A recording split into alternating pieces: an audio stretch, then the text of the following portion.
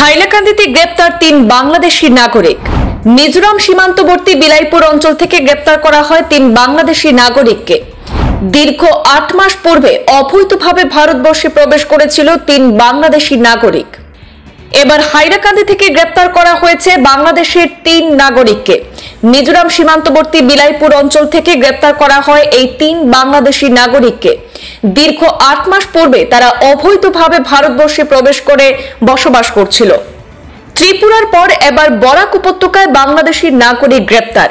হাইলাকান্দি জেলার মিজোরাম সীমান্তবর্তী বিলাইপুর অঞ্চল থেকে গ্রেপ্তার করা হয় ৩ বাংলাদেশি নাগরিককে। গ্রেপ্তার করা ৩ বাংলাদেশি নাগরিক সম্পর্কে মা, পুত্র এবং পুত্রবধূ। গত ৮ মাস থেকে অবৈধভাবে ভারতবর্ষে প্রবেশ করে হাইলাকান্দি বিলাইপুর অঞ্চলে গোপনভাবে বাস করছিল বাংলাদেশিরা। এই বাংলাদেশি নাগরিকরা হলো রুবেল আহমদ শেখ, আমিরুন শেখ এবং পুত্রবধূ রুকসানা শেখ। তাদেরকে গ্রেপ্তার করেছে পুলিশ। পুত্রবধূ রুকসানা ৩ মাসের শিশুর সাথে হাইলাকান্দির একটি আশ্রয় গৃহে রাখা হয়েছে। গ্রেপ্তার হওয়া বাংলাদেশি নাগরিকদের ঘর জকিগঞ্জে বলে জানা গিয়েছে।